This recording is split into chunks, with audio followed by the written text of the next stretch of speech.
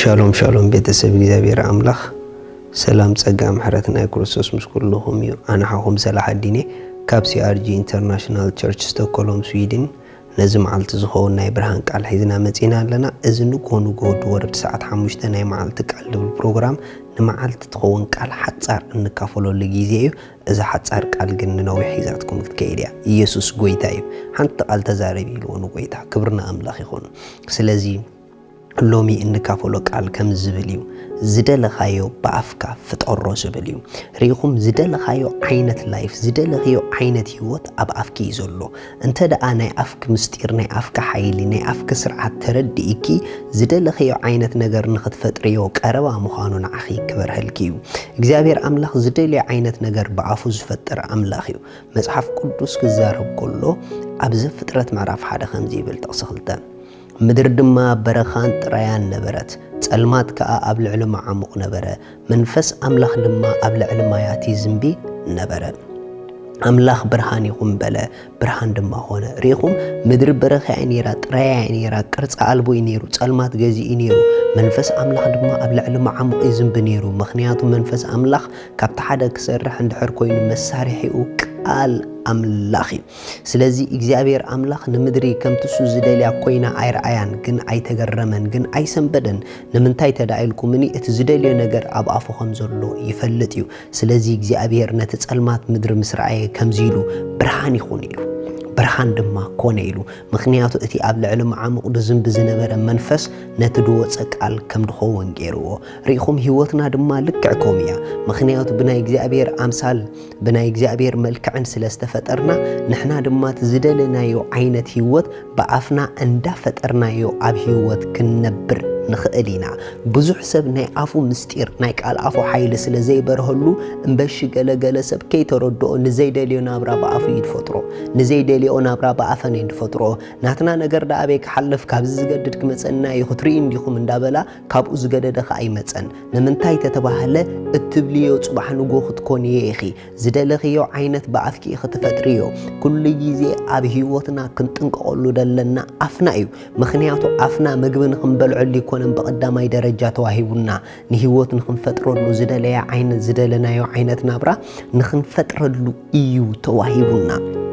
ስለዚ በአፍና ሰናይ ዝኾነን እናሐልሞ ነገርን እንዳተዛረብና ንጽባሕና ክንሰርሓን ክንቀርጻን ከነጸብቃን ክንፈጥራን ይግብአና እዩ ምኽንያቱ ከምታ አምላኽ በአፉ ድፈጥር ንስኺ ድማ በአፍኪ ናቱ መልክዕን ምሳለን ስለዘለኪ በአፍኪ ንትደልዮ ዓይነት ናብራ ፍጠርዮ ዘጨንቕ ነገር ደስ ዘይብል ነገር አጋጢሙ ክኾን ይኽእል እዩ ኣብ ህይወትክ ብዘይ ትደልዮ ነገር ተሓልፈኽትሉ ትኽእል ኢኺ ዶን ወሪ ኣይትሰንበዲ ካብ ምጭናቕን ካብ ምብካይን ነቲ ዘይትደልዮ ነገር በቲ ትደልዮ ነገር ተዛረብዮ ናተይ ነገር ከምዚ ይበልዮ እሞ ክሰምዐኪ እዩ ከምኡ ከዓ ክኾነልኪ እዩ ምኽንያቱ ኣብ አፍኪ ዝተቐመጠ ስልጣን ኣሎ መጽሓፍ ቅዱስ ምሳሌ ምዕራፍ 18 ጥቕሲ 21 ከምዚ ይብል ሞትን ህይወትን ኣብ ስልጣን መልሓስ እዩ እቲ ዘፍቀራ ኸኣ ፍሬያ ክበልዕ እዩ ሪኢኹም ኣሕዋት ኣብ ህይወት ክንነብር ከለና ናይ አፍና ፍረ እንዳበላዕና ኢና ንነብር እዚ ማለት እቲ ፍረ አፍና ንበልዖ ኢና ንብሎ ዘለና ንነብሮ ናብራ ውፅኢት አፍና እዩ ማለት እዩ ስለዚ ሓፍተይ ብዘይ ቃል ዝኾነ ነገር የለን ኩሉ በቃሊ ተፈጢሩ ብዘይ ቃል ከዓ ምንም ኣይኮነን ልክዕ ከምኡ ኣብ ህይወትኪ ኩሉ ካብ አፍኪ ዝወፅእ ኩሉ ውፅኢት ቃልኪ እዩ ስለዚ ጽቡቕ ፍረ ቃልኪ ክትምግበኪ ትደሊ እንተደኣ ኮንኪ ንስኺ ድማ ጽቡቕ ቃላት ካብ አፍኪ ምውፃእ ኣይትሕመቂ ስለ ህይወትኪ ሰናይ ነገር ተዛረቢ ሰናይ ነገር ተነበይ ስለ ቤተሰብኪ ስለ ደቅኺ ክኸውን እትደልዮ ነገር አውፅዮ ሪኢኺ ናይ ቃል ሓይሊ ናይ ቃል ስልጣን ዝተረድኦም ሰባት ንህይወቶም ኩሉ ግዜ ምስ ለወጥዋን ምስ አጸበቕዋን እዮም ምኽንያቱ ካብ አፍና ዝወፅእ ቃል ንጽባሕና ናይ ምቕራፅን ናይ መፍስራሕን ሓይሊ ኣለዎ ጽባሕኪ ብናይ ሎሚ ትዛረብዮ ቃል ይድስራሐልኪ ስለዚ ሎሚ ንጽባሕኪ ዝኸውን ሰናይ ቃል ተዛረቢ ጽባሕ ድማ ሰናይ ቤት ተዳሊ ክጸንሐኪ እዩ ምኽንያቱ ንጽባሕኪ ዝኸውን መሳርሒ ሎሚ ተውፅዮም ቃላትኪ ስለ ዝኾኑ እቲ ዝረአ ኩሉ ካብቲ ዘይረአ ኢሉ መጽሓፍ ክዛረብ ከሎ ነገር ግን ካብቲ ዘይረአ ናብ ዝረአ ንህይወት ክትገልጽያ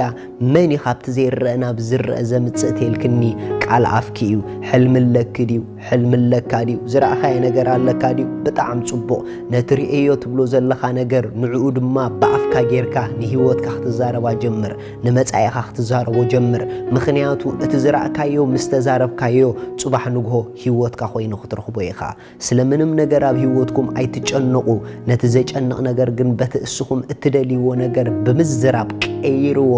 ኣምላኽ ንዝሪኦ ኣይግረመሉን እዩ ንምንታይ ተተባሃለ በቲ እሱ ዝኣምኑ መንገዲ ብኣፉ ከም ዝቕይሮ ይፈልጥ እዩ ኣፍኪ ንኽትፈጥሩሉ ተዋሂብኩሞ ብኣፍኪ ጽቡቕ ነገር መፍጣር ኣይትሕመቂ ዓበይቲ ነገር መፍጣር ኣይትሕመቂ ብኣፍኪ ዝፈጠርክዮ ጽባሕ ንግሆ ቤት ኮይኑ ክዕቁበኪ እዩ ኣምላኽ ሰማይ ይባርኽኩም ኢየሱስ ንዘለዓለም ጎይታ እዩ ሎሚ ድማ ሓደ ዕድመ ከቕርበልኩም እየ ኣብ ህይወትኩም ወሲንኩም ንጎይታና ኢየሱስ ክርስቶስ ዘይተቐበልኩሞ ሎሚ ኣታ መዓልቲ ምድሓኒ ድብል መጽሓፍ ቅዱስ ቅበልዎ ዕድመኩም ኣለኹ እቶም ድወሰንኩም ሰባት እዛ ጸሎት እዚኣ ጸልዩ እግዚአብሔር አቦ ስለ ወድኻ ኢየሱስ ክርስቶስ የመስክነካ ኣለኹ ያአምን ኣለኹ ኢየሱስ ክርስቶስ ምእንተ ኃጢአተይ ከም ዝተሰቐለን ከም ዝሞተን ብሳልሰይቲ መዓልቲ ከም ዝተንስአን ኣምላኽ ካብ ሞታት ከም ዝተንስኡን ኣቤማን ኣምላኽ ድማ ከም ዝተቐመጠን ያአምን ኣለኹ በዛ መዓልቲ እዚኣ ብኢየሱስ ክርስቶስ ብምእማነይ ሓድሽ ፍጥረት ኮይነ ኣለኹ ኢየሱስ ክርስቶስ ናይ ህይወተይ ጎይታን ንጉስን እዩ ኣሜን እዚኣ ዝወሰንኩም እንቋ ሓጎሰኩም ፕሊዝ በዚ ታሕቲ ዘሎ ኮንታክት ግበሩና ክንረኽበኩም ኢና ሻሎም